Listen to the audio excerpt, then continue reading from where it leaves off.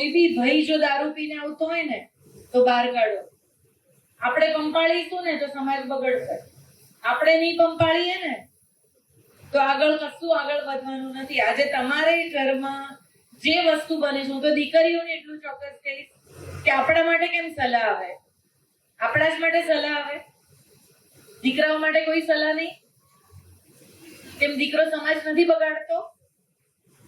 આ દીકરી કયા બીજા સમાજમાં ક્યારે જતી હશે જ્યારે આપણા સમાજના છોકરાઓમાં એ સક્ષમતા નહીં હોય ત્યારે? હું તો ઊંધું કહું છું. લો, આપણો છોકરો દારૂ પીતો મળે, આપણો છોકરો રખડતો મળે, આપણો છોકરો કામ કરતો ના મળે, ત્યારે દીકરી કોઈ બીજા સમાજના છોકરા જોડે જતી હશે.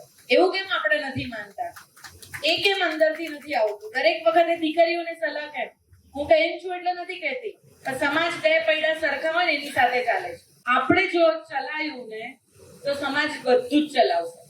આપણે ના ચલાયું તો આગળ કઈ નહીં ચલાવે. અમે બી બહાર ફરીએ છીએ, શું અમને તકલીફ નહીં પડતી હોય કામ કરવામાં? અમે બહાર નીકળ્યા છીએ તો શું અમારા ઘરના લોકો ભૂખ્યા રહેતા હશે? અમે બહાર નીકળીએ છીએ શું અમારા છોકરાઓને સંસ્કાર નહીં મળતા હોય? પણ અમે મિશન લીધું કે સમાજ માટે, દેશ માટે કંઈ કરવું છે.